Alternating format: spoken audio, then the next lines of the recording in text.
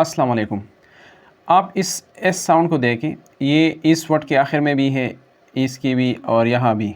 लेकिन यहाँ जो एस है इसका साउंड जो है वो है ज़, और इसका जो साउंड है वो है स, और यहाँ है इज़। मिसाल के तौर पर आप देख सकते हैं बैग्स, बुक्स एंड फिक्सेस। तो यहाँ ज़ है, यहाँ एस साउंड ज़ है और यहाँ इज़ है। सिर्फ एक एस है लेकिन उनके जो साउंड्स हैं 3 किस्म के साउंड्स देते हैं, यहाँ ज़, स एंड इज़। ये क्यों है? इस कंसेप्ट को समझने के लिए आपको चाहिए कि आप वॉइस्ड एंड वॉइसलेस जो कंसेप्ट है ये आपने सीखना है फर्स्ट। इसके बाद आपको आसानी के साथ समझ आ जाएगी कि यहाँ एस क्यों ज़ पढ़ा गया, यहाँ क्यों स है और यहाँ क्यों इज़ है। आपको पता होना चाहिए या आपको पता भी होगा कि हमारे जो एडम्स एप्पल है, एडम्स एप्पल तो आप जानते होंगे कि जो गले के सामने जो उभरी हुई जगह है इसको हम एडम्स एप्पल कहते हैं। और इस एडम्स एप्पल में वोकल कॉर्ड्स है, ठीक है। वोकल कॉर्ड्स क्या है? ये 10 स्ट्रिप्स टिश्यूज़ हैं, और जब जो पिपड़ों से जो हवा बाहर आती है, मिसाल के तौर पर आपको तो पता होगा कि पिपड़ों से जब हवा बाहर आती है तो ये जो गले में जो वोकल कॉर्ड्स है उनको या तो वाइब्रेट करते हैं और या नहीं।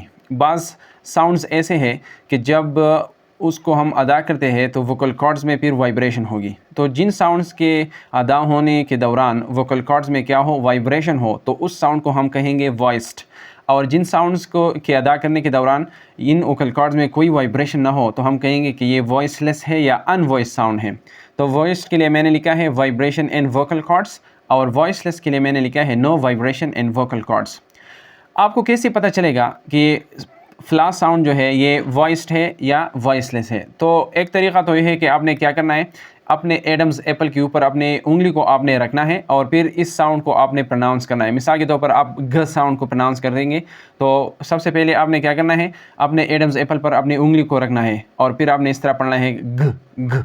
अगर आपको कोई वाइब्रेशन फील हो तो इसका मतलब है ये ग जो है ये वॉइस्ड है। अगर वाइब्रेशन फील ना हो तो इसका मतलब क्या होगा कि ये वॉइसलेस है। मिसाल के तौर पर अगर आप ख साउंड प्रोनाउंस करते हैं और अपने एडम्स एप्पल पर उंगली रखते हैं तो फिर आपको कोई भी वाइब्रेशन फील नहीं होगी। ये तो एक तरीक़ा है। आसान तरीक़ा इसका एक और भी है, वो ये है कि आपने क्या करना है, अपने दोनों उंगलियों को दोनों कानों में आपने इसके अंदर रखने हैं और फिर इन साउंड्स को आपने प्रोनाउंस करने हैं, ठीक है। मिसाल के तौर पर आप ग साउंड प्रोनाउंस करते हैं तो दोनों उंगलियों को अपने कानों के अंदर रखें। अगर आपको आपके कानों में बजिंग साउंड फील हुआ तो इसका मतलब है कि वोकल कॉर्ड्स में वाइब्रेशन हुआ है और ये साउंड जो है ये वॉइस्ड है। अगर आपके कानों में बजिंग साउंड फील नहीं हुआ तो इसका मतलब ये होगा कि ये साउंड जो है ये वॉइसलेस है। मिसाल के तौर पर अगर आप जी जो इसका जो साउंड है घ, अगर आप ये प्रोनाउंस करते हैं तो उस वक्त अपने कानों में उंगलियाँ रखें तो आपको बजिंग साउंड फील होगा। मिसाल के तौर पर आप रख लें, हाँ प्रैक्टिस कर लें, अब घ घ इस तरह पढ़े तो आपको आपके कानों में बजिंग साउंड होगा। तो इसका मतलब है कि ग साउंड जो है ये वॉइस्ड है। और जब आप ख प्रोनाउंस करते हैं तो इस ख की प्रोनाउंस करने के दौरान आपको कोई बजिंग साउंड फील नहीं होगा, तो इसका मतलब है कि ख साउंड जो है वॉइस्ड है। अच्छा, अब आते हैं ज एंड स की तरफ। ये ज जो है ये एक लेटर भी है इंग्लिश में जिसको आप जेड कहते हैं या जी कहते हैं, और एक लेटर एस भी है जिसको आप एस कहते हैं, ठीक है। तो इस एस साउंड और ज साउंड में या जी में एक फ़र्क है, यानी दोनों का जो प्लेस ऑफ आर्टिकुलेशन है बिल्कुल सेम है। प्लेस ऑफ आर्टिकुलेशन का मतलब है मखरज, यानी जिस जगह से अदा होती है उस जगह से आपने ज भी अदा करना है। लेकिन सिर्फ फ़र्क एस साउंड और जी जो साउंड है इसमें सिर्फ वाहिद फ़र्क ये है कि ये ज साउंड जो है ये वॉइस्ड है और ये स साउंड जो है ये वॉइसलेस है। अगर आप अपने कानों के अंदर उंगलियां रखें और ज प्रोनाउंस करें तो आपको बजिंग साउंड फील होगा कानों में, और स प्रोनाउंस करेंगे तो कोई बजिंग साउंड नहीं होगा। इसका मतलब है ये वॉइसलेस है और ये वॉइस्ड है। अच्छा, अब देखिए इन वर्ड्स की तरफ। आप देखिए बैग के आखिर में जी साउंड है और ये जी तो मैंने अभी बताया घ साउंड है, घ, और ये वॉइस्ड है। और इसके बाद जो एस साउंड है ये वॉइसलेस है। क्या है? वॉइसलेस है। अब क्या हो गया, इस घ साउंड की वजह से, इस ग साउंड की वजह से जो कि वॉइस्ड है, इसकी वॉइसनेस की वजह से ये एस साउंड जो है ये भी वॉइस्ड बन गया। और जब एस साउंड वॉइस बन जाता है तो ये ज हो जाता है, ठीक है। जब एस साउंड में आप वाइब्रेशन पैदा करें तो इससे ज साउंड पैदा होता है, और जब ये ज साउंड से आप वाइब्रेशन रिमूव कर ले तो फिर इससे एस या स साउंड बन जाते हैं। तो इस वजह से बैग के आखिर में जो एस साउंड है ये ज प्रोनाउंस होता है। क्यों प्रोनाउंस होता है? इस जी की वजह से। जी का जो साउंड है घ है और ये वॉइस्ड है, और इस वॉइस की वजह से एस भी वॉइस बन गया, ये ज बन गया। अगर आप बुक में देखें तो बुक के आखिर में ख साउंड है और ये ख साउंड जो है ये वॉइसलेस है, यानी इनमें वाइब्रेशन नहीं है।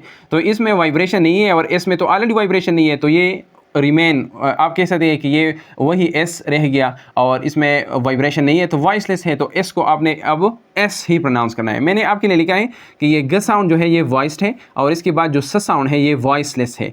तो इस वॉइसनेस की वजह से ये वॉइसलेस साउंड भी वॉइस्ड बन गया और जब एस वॉइस बन जाता है तो इससे ज पैदा आप कह सकते हैं कि अदा होता है, ठीक है। तो ये है रीज़न कि एस जो है यहाँ ज क्यों प्रोनाउंस हो गया है। It's because of the preceding ग sound which is voiced. So because of this voice sound, S becomes voiced and when S become voiced, it becomes Z sound, ठीक है। तो ये रीज़न है इसकी। और बुक में देखें, बुक में ख जो है ये वॉइसलेस है, इस वजह से S जो है ये वॉइस ही रह गया है। So that's the reason। तो बहुत सारे ऐसे टेक्निक्स हैं इंग्लिश लैंग्वेज में कि एक साउंड्स की वजह से दूसरा साउंड जो है ये अफेक्टेड हो जाता है, ठीक है। उसकी साउंड जो है चेंज हो जाती है, जिसको आप एसिमिलेशन भी कहते हैं। इसके बाद इसके ऊपर भी मैं बात करूंगा, ठीक है। तो ये हो गया इस वजह से कि एस जहाँ ज प्रोनाउंस होता है और यहाँ जो है एस प्रोनाउंस होता है। अब देखिए कभी कभार इस एस को जब ई एस हो अक्सर तो इसको इज़ पढ़ा जाता है। ये कब पढ़ा जाएगा, मैंने वर्ड्स देखे हैं, लिखे हैं आपके लिए। वॉचिज़, आप देखिए वॉचिज़, कभी कभार लोग इसको वॉच बोलते हैं लेकिन ये गलत है, ये वॉचिज़ है। ये वॉशिज़ है, वॉशज़ नहीं है। ये डॉजिज़ है, ये फिक्सिज़ है और ये पासिज़ है।